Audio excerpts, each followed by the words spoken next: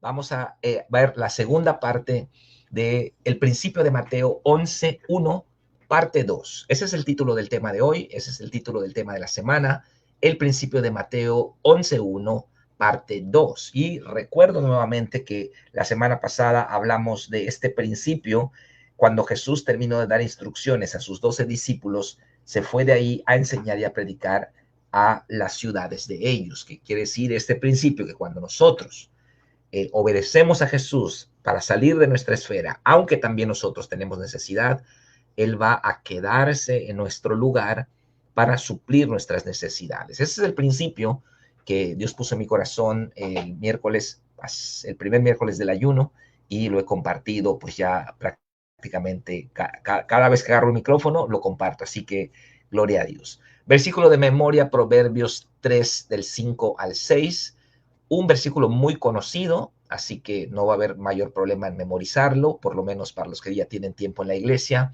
Fíjate de Jehová de todo tu corazón y no te apoyes en tu propia prudencia, reconócelo en todos tus caminos y Él enderezará tus veredas. Proverbios 3 del 5 al 6. Muy bien, entonces vamos a leer la introducción, ¿ok? Y juntamente con la introducción van los puntos 1 y 2 para contestar. Así que dice la introducción de la siguiente manera. Todo lo que Dios tiene para nosotros después del ayuno tiene que ver con el principio de Mateo 11:1. Este principio enseña que Jesús nos llama a salir de nuestra esfera y tocar otras vidas, aunque la nuestra también está en necesidad. Pero si lo hacemos, Él se queda en nuestra ciudad y se hace cargo de aquello que nos afana.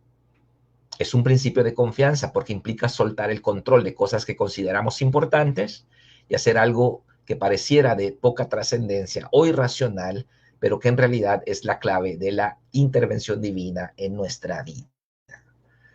Lo que Jesús está tratando de enseñarnos es que cuando nosotros salimos de nuestra esfera, salimos de nuestra vida y obedecemos a Él, yendo a tocar la vida de otros, aunque nosotros no tenemos mucho tiempo, aunque nosotros tenemos muchos asuntos que resolver, aunque nosotros tal vez no estamos en la mejor posición económica, pero aún así lo hacemos, entonces el principio enseña que Jesús se queda en nuestra ciudad, es decir, Jesús se queda en nuestro lugar.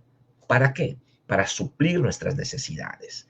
Yo estoy seguro que los discípulos tenían pendientes, tenían asuntos, tenían deudas, tenían cosas que hacer, pero Jesús los envía.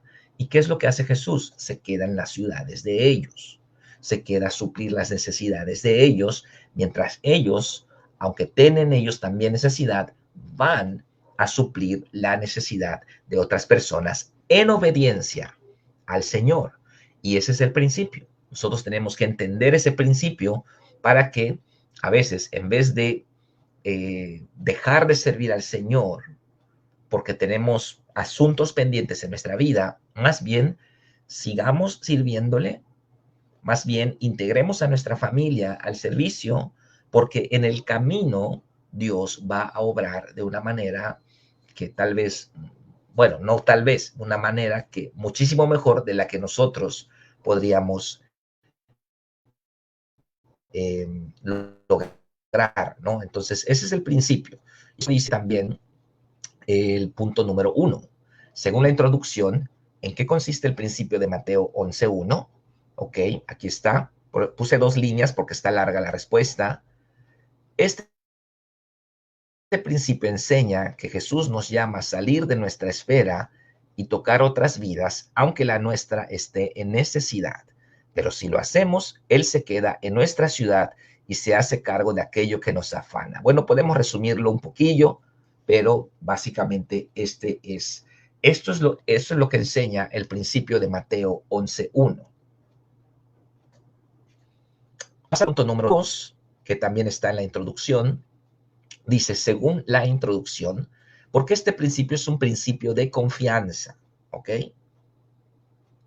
Dice acá, también puse 2 líneas. Es un principio de confianza porque implica soltar el control de cosas que consideramos importantes y hacer algo que pareciera de poca trascendencia o irracional, pero que en realidad es la clave de la intervención divina en nuestra vida. Qué hermoso, qué hermoso. Pensemos en el diezmo, por ejemplo. No es racional diezmar, no es racional que nos quede, que nuestro ingreso, si hacemos cuentas, no nos va a dar para terminar la semana, pero diezmamos. No es racional, pero lo hacemos porque confiamos en Dios.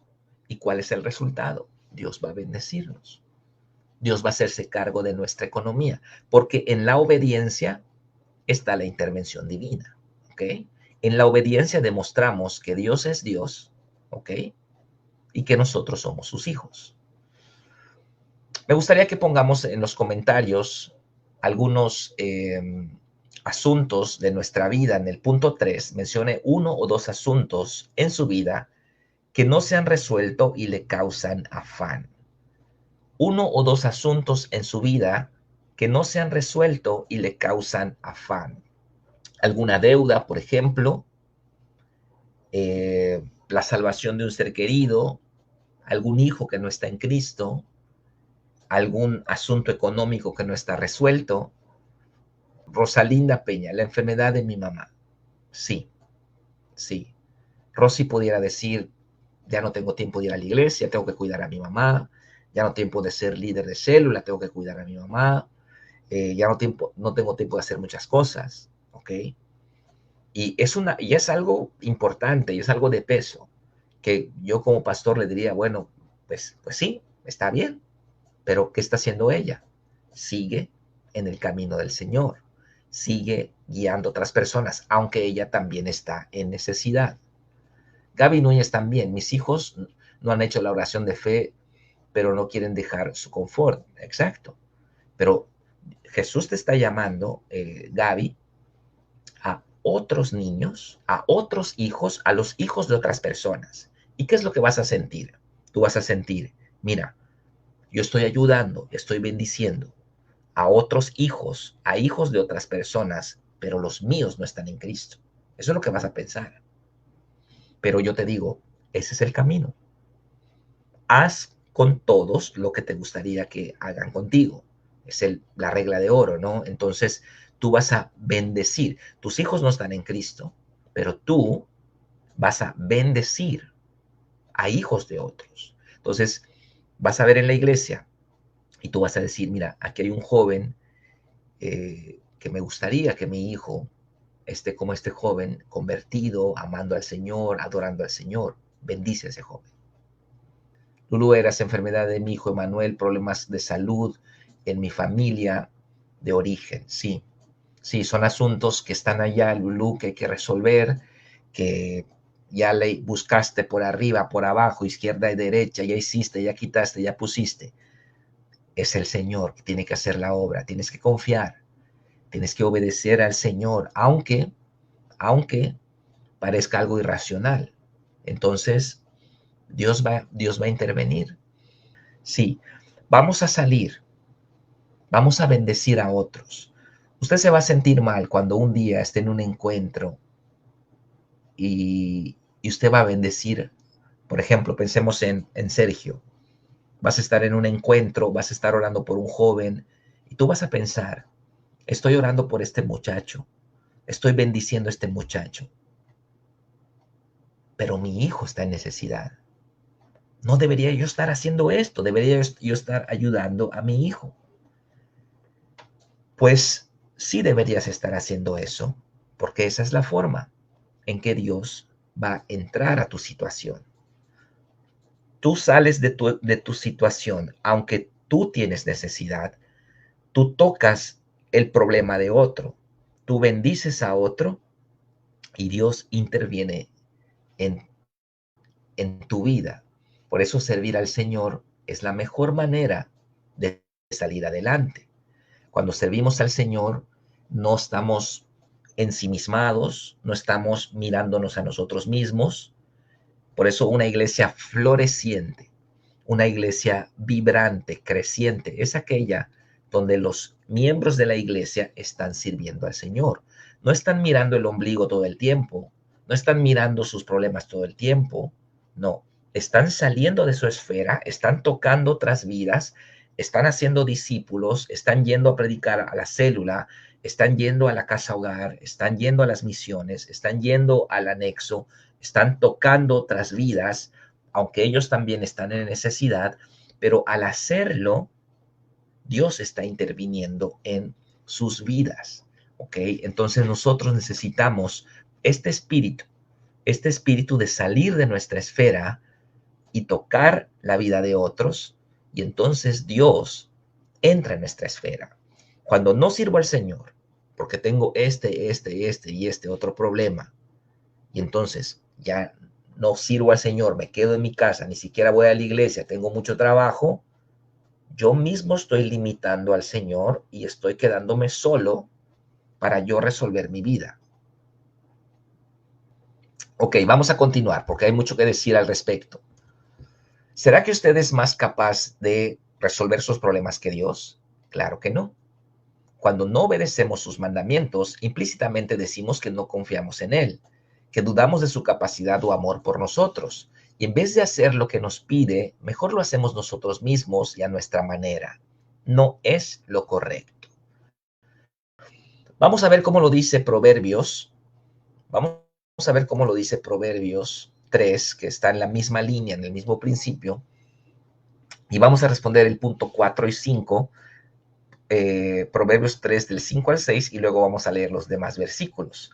Dice el punto número 4. Vemos este mismo principio en Proverbios 3, 5 al 6. Léalo y conteste. ¿Okay? Entonces vamos a ver cuál es el mandamiento en el verso 5, cuál es el mandamiento en el verso 6 y cuál será el resultado de hacerlo. ¿Ok? Entonces, vamos a Proverbios 3, 5 y 6. Fíate de Jehová de todo tu corazón y no te apoyes en tu propia prudencia. Reconócelo en todos tus caminos y Él enderezará tus veredas. Ok, el mandamiento en el verso 5 es fíate de Jehová de todo tu corazón y no te apoyes en tu propia prudencia. Ok. Entonces, vamos a ponerlo en amarillo. Y el mandamiento en el verso 6, reconócelo en todos tus caminos. Vamos a ponerlo con azul. Pero como no cabe en la línea, tenemos que resumir el mandamiento 5, del verso 5. Vamos a resumirlo. Dice, ¿cuál es el mandamiento en el verso 5? Confía en Dios y no en tu propia prudencia. Confía en Dios y no en tu propia prudencia. Eso sí cabe en la línea. Confía en Dios y no en tu propia prudencia. Claro, usted y yo tenemos opiniones, argumentos, ideas, razones para dejar de obedecer al Señor, para no diezmar, para no congregarnos, para no perdonar, para no hacer discípulos. Tenemos razones válidas, ¿no? Pero eso es su propia prudencia. ¿Mm? Eso es su entendimiento limitado de la vida, de lo espiritual. ¿Y qué dice el mandamiento? Fíate de Jehová, confía en el Señor de todo tu corazón y no te apoyes en tu propia prudencia. ¿Mm? Cada vez que usted esté delante de un mandamiento, no argumente, no analice. ¿Mm? Dios es el único ser en el universo al que usted le debe, escuche lo que voy a decir, obediencia ciega. Es el único. Nunca le dé obediencia ciega a un hombre, ¿ok? Porque eso se llama idolatría, ¿ok? Dios es el único ser, Cristo, el Dios encarnado también, Dios es el único ser al que nosotros le debemos obediencia ciega. No importa si no entiendo, no voy a analizar, no voy a argumentar, no voy a cuestionar. Cuando yo estoy delante de un mandamiento del Señor, Fin del asunto. Fin del asunto. Termina la controversia delante de un mandamiento. Eso es lo que dice. Fíate de Jehová de todo tu corazón y no te apoyes en tu propia prudencia. Reconócelo en todos tus caminos. ¿Mm? ¿Cuáles son sus caminos? ¿Cuáles son sus caminos? Todas las áreas de su vida, su trabajo, su familia, su matrimonio, sus hijos, su economía, su salud, su ministerio, sus hobbies, su vida personal, su vida espiritual. Usted tiene caminos, plural. Reconócelo en todos tus caminos y él, no usted, no usted. A usted le toca obedecer.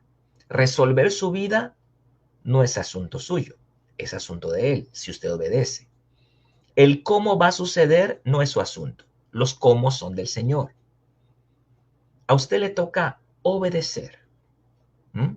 A usted le toca congregarse. ¿Mm? A usted le toca servir. Usted va a diezmar aunque tenga poco dinero, pero lo tiene que hacer, porque al hacerlo está confiando en Jehová de todo su corazón y no se está apoyando en su propia prudencia. Ahora, si usted se apoya en su propia prudencia, ya estamos compitiendo con el Señor. Y yo creo que Dios es mejor Dios que usted.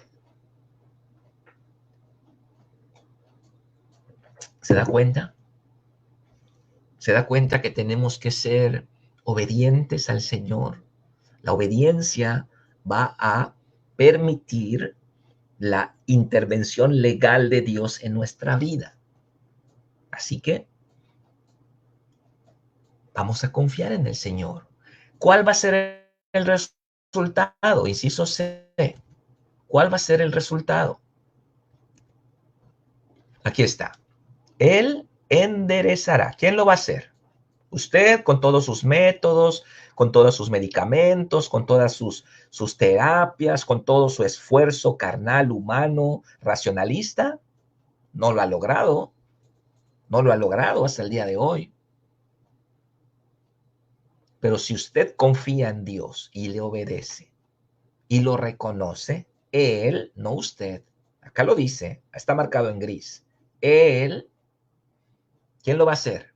Él, no usted. Él enderezará tus veredas. Escríbalo con mayúsculas.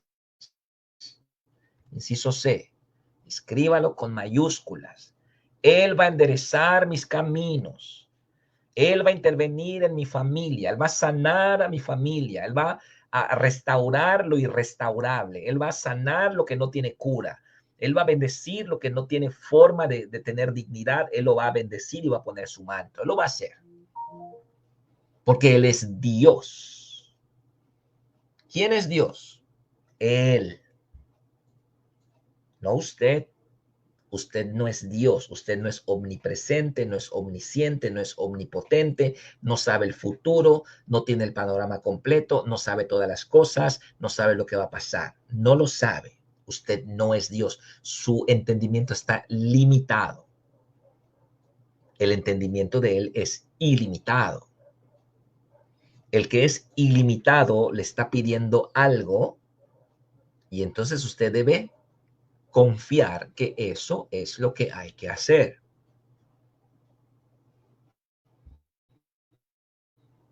Eso es lo que hay que hacer. Punto número 5, haga el mismo ejercicio, pero con los versos 7 y 8, 9 y 10. Vamos a ver cuál es el mandamiento y cuál es el resultado en cada uno de los versos. ¿Ok? ¿Están conmigo? Dicen amén. Amén. Vamos entonces al verso 7. ¿Cuál es el mandamiento? No seas sabio en tu propia opinión. Teme a Jehová y apártate del mal. Este es el mandamiento, queridos hermanitos. Hablen con sus discípulos, no seas terco, hermanito, no sigas por ese camino, no seas sabio en tu propia opinión, teme a Jehová y apártate del mal. Sí, pero es que Dios me entiende que estoy enamorado y Dios sabe que... No, no, no, no. Vamos a hacer las cosas bien. Ese es el mandamiento. No sea sabio en su propia opinión. No juegue a ser Dios. Tema a Jehová y apártese del mal. ¿Cuál va a ser el resultado? Aquí vamos a ponerlo en azul. Mira qué lindo. Porque será medicina a tu cuerpo y refrigerio para tus huesos. ¡Wow! Yo creo que no es difícil, hermanos. No es difícil, pero tenemos que hacerlo. Yo creo que Dios nos ha puesto todo de manera que andar en su bendición no sea completamente factible para todos. Como dice Isaías 35, el que anduviere por ese camino, por torpe que sea, no se extraviará. Ninguno de ustedes es torpe, pero si aún entre nosotros hubiera una persona torpe y andaba por ese camino, no se extraviará. Recuerde que hasta el burro entró al arca, no era tan burro, y a veces de repente algunos hermanitos se creen más sabios que Dios y no entran al arca, ¿no? Bueno, allá a ellos. Siguiente, verso 9. ¿Cuál es el mandamiento y cuál es el resultado? Acuérdense que estamos acá en el punto número 5, mandamiento del verso 7, ya lo dijimos, resultado, medicina a tu cuerpo. Mandamiento del verso 7, no seas sabio en tu propia opinión, teme a Jehová y aparte del mal. Resultado, medicina a tu cuerpo, refrigerio a tus huesos. Ahora vamos al verso 9, mandamiento, verso 9, honra a Jehová con tus bienes y con las primicias de todos tus frutos, de sus diezmos, de ofrendas, sea generoso, honre al Señor con tus bienes y con las primicias, o podemos decir con los diezmos, porque el diezmo es una primicia de todos tus frutos. Este es el mandamiento. Mandamiento del verso 9, diezmar, sin falta, hermano. Cada domingo, ofrendar, ayudar, bendecir al hermano que está en necesidad. ¿Y cuál es el resultado? En el inciso D, wow, y serán llenos tus graneros con abundancia y tus lagares rebosarán de mosto. O sea, va a sobreabundar la bendición en nuestra vida. Démonos cuenta del principio. Pudiera ser irracional al momento, pudiera ser algo de escasa trascendencia, pero si lo hacemos, Él nos va a bendecir.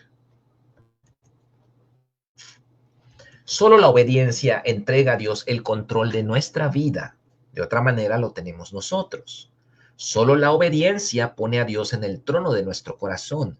De otra manera estamos nosotros. No juegue a ser Dios porque no lo es. Ni juegue el juego de la religión. Las expresiones emocionales y sentimentales son buenas, pero de nada sirve sin la obediencia. ¡Wow! ¡Wow! De alguna manera, el creyente hispanoamericano, que somos intensos, emocionales, adrenalínicos, de alguna manera la comunidad hispana, bueno, tal vez otras comunidades también, pero pues yo soy hispano y conozco mi comunidad, ¿no? De repente, la iglesia hispana sustituye la obediencia por la algarabía. Entonces, cantamos lindo, danzamos, lloramos, pasamos al frente, hacemos muchas cosas emocionales y sentimentales, las cuales están bien y no las deje de hacer y las vamos a seguir haciendo, yo las hago. Pero sin obediencia de nada sirve todo eso. Ahora, ¿cuál es el problema de la iglesia hispana? Que sustituye la obediencia por las lagrimitas. Entonces decimos, Dios me entiende. Dios sabe que aunque yo esté en fornicación, que yo amo a mi novia y que ni nos vamos a casar y que no importa. Entonces sustituimos la obediencia por lo emocional. Por eso puse allá en el texto, No juegue el juego de la religión. No juegue el juego de la religión.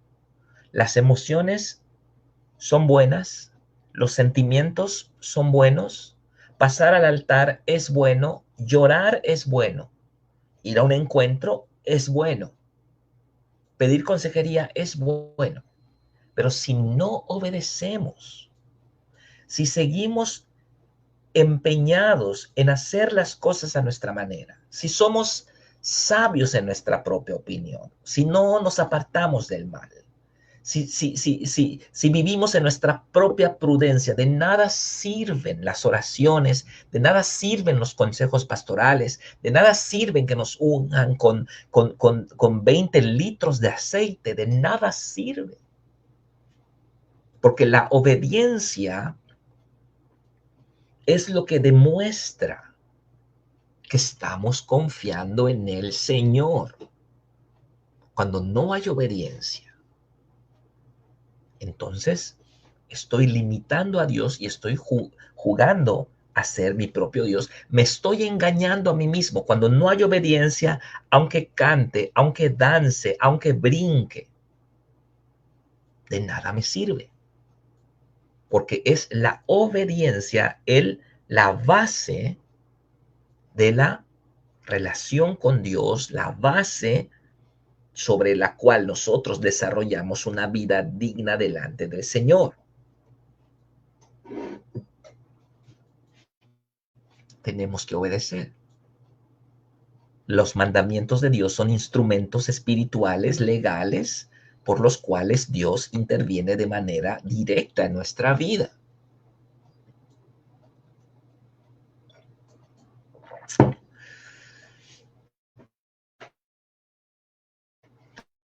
Están muy callados, hermanos. Están muy callados. Sí, hermanos. Nuevamente vemos el principio, el mismo principio en Mateo 6:33, ya lo conoce muy bien, más buscar primeramente el reino de Dios y su justicia, y todas estas cosas os serán añadidas, ¿ok? Y el inciso A del punto número 6 nos pregunta, ¿qué son todas estas cosas? ¿Qué son todas estas cosas? ¿Ok? ¿Qué significa esto? Alguien que me diga en los comentarios, ¿qué significa en este versículo todas estas cosas? ¿Qué es lo que significa? ¿Ok? Gaby Núñez da la respuesta. Todas nuestras necesidades. José Germán dice, estamos atentos, pastor. Gracias, gracias, gracias. Lo que pasa es que no decimos mucho porque estamos atentos, dice Germán. Gracias, gracias, Germán. Sí, sí, sí, sí, sí, sí, sí. Rosalinda Peña comenta la provisión del Señor de todo lo que necesitamos en nuestra vida. Sí, todas estas cosas es todo aquello que me afana, todo aquello que necesito, todo aquello que por lo cual me preocupo. Me preocupo por cosas en mi vida, pagos, mis hijos, un familiar que no está convertido, un familiar enfermo, todas estas cosas que me están preocupando, todas estas cosas que me están, ay, no sé cómo voy a resolver esto, todas esas cosas que me están afanando, que me están quitando la paz, son las cosas que tengo que resolver. Pero ¿qué es lo que dice Jesús? En vez de enfocarte sobremanera en tratar de resolver esos asuntos, ¿m? En vez de dejarme, en vez de dejar la iglesia, en vez de dejar el ministerio, para que tú te puedas enfocar en resolver esos asuntos, ¿qué es lo que dice Jesús? Busca primeramente mi reino y su justicia. Y entonces, todas esas cosas, yo las voy a atender. Pero tienes que confiar. Tienes que confiar. Un cristiano que no diezma es un cristiano que no confía en el Señor. No confía en el Señor. Usted tiene que confiar. Dios va a pedirle cosas muy sencillas, pero muchas veces son irracionales o son de escasa trascendencia. Tiene que hacerlo. Hágalo para que usted coseche la bendición. Entonces tenemos un montón de cosas que nos afanan. Comenta Marisauri también, además de nuestras necesidades, también Él nos proveerá lo que necesitamos para realizar su voluntad, por supuesto. Y yo voy a decirles algo muy hermoso. No va Dios a suplir solamente su necesidad. Por favor, por favor. No. Dios va a ir mucho más allá de su necesidad. ¿Qué hizo con Abraham? Dios le bendijo sobremanera. Era riquísimo en oro y plata, dice la Biblia, Abraham. ¿Por qué? Porque el corazón de Abraham era recto. El corazón de Abraham era obediente. Y cuando hay un corazón obediente, Dios no tiene problema en bendecir. Porque Dios dice, mi bendición no lo va a desviar, no lo va a perder. Pero cuando no tenemos un corazón recto, prefiero no bendecirte, porque si te bendigo, te pierdo. Si te bendigo como tú me pides, te pierdo. Y ese es un mensaje para todos los hermanos que no diezman.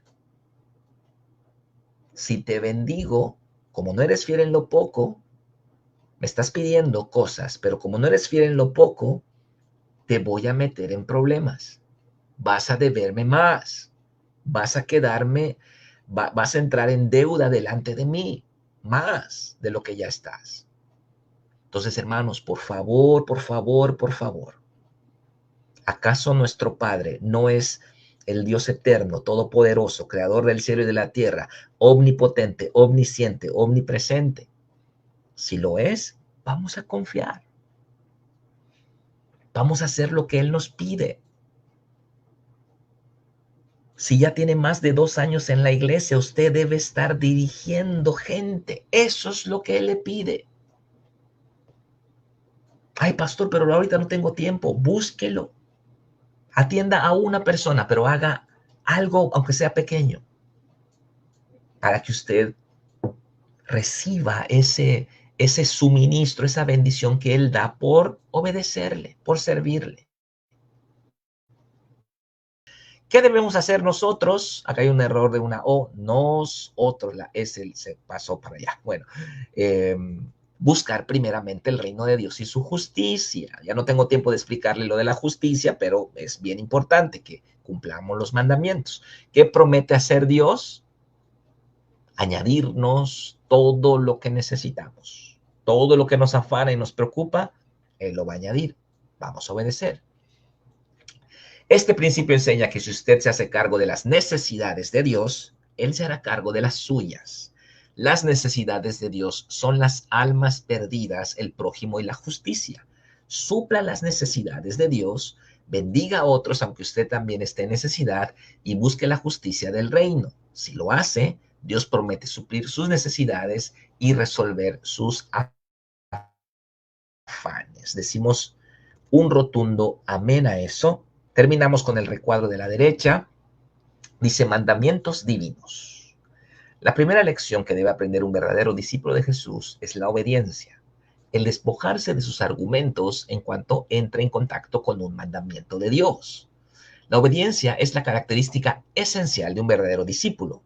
Todo lo demás es secundario y puede variar. Es decir, puede haber talento, puede haber carisma, puede haber dinero, puede haber muchas cosas padres, pero es la obediencia, queridos hermanos, la característica esencial e inequívoca de un verdadero discípulo del Señor.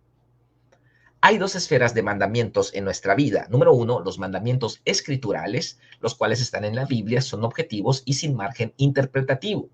Para este tipo de mandamientos no tenemos que orar ni pedir confirmación, solamente actuar. Aquí entran, pues, lo que ya comentamos, el congregarnos, el servir a Dios, el evangelizar, orar por los enfermos, el diezmar, el perdonar, el servir. Entonces, todos esos mandamientos escriturales, usted no tiene que pedir ninguna confirmación, no tiene que pedir oración para eso, simplemente hágalos porque ya están escritos.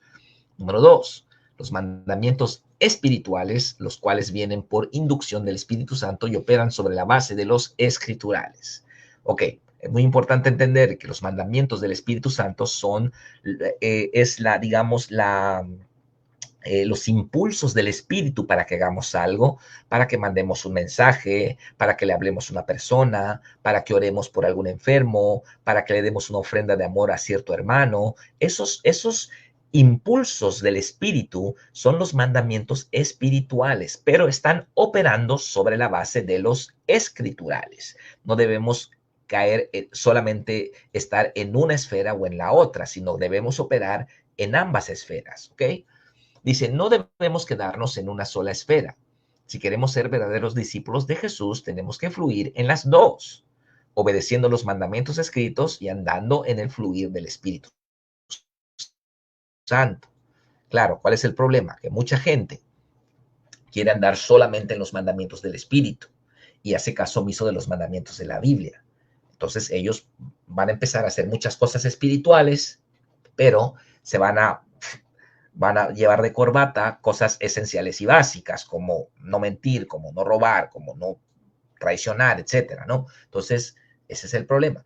Hay otras personas que van a solamente obedecer los mandamientos escriturales y no van a obedecer los mandamientos espirituales. También tenemos un problema acá, porque estas personas van a volverse fariseicas, van a volverse cuadradas, no van a salir a evangelizar, no van a andar en el fluido del Espíritu Santo. No, se necesitan ambas esferas. Los mandamientos escriturales son la base de los mandamientos espirituales. Los mandamientos escriturales son objetivos, no tienen margen interpretativo, ahí están muy claros en la Biblia, están escritos, no hay que orar, no hay que pedir confirmación al Señor para obedecer, no ore para ver si es la voluntad de Dios diezmar, evangelizar, orar por un enfermo, congregarse, perdonar, es la voluntad de Dios, ya está escrito, ya, no tiene que buscar más, es la voluntad de Dios. Sobre esos mandamientos están los espirituales, cuando el Espíritu Santo le guía a la practicidad de cómo hacer esos mandamientos, ¿ok?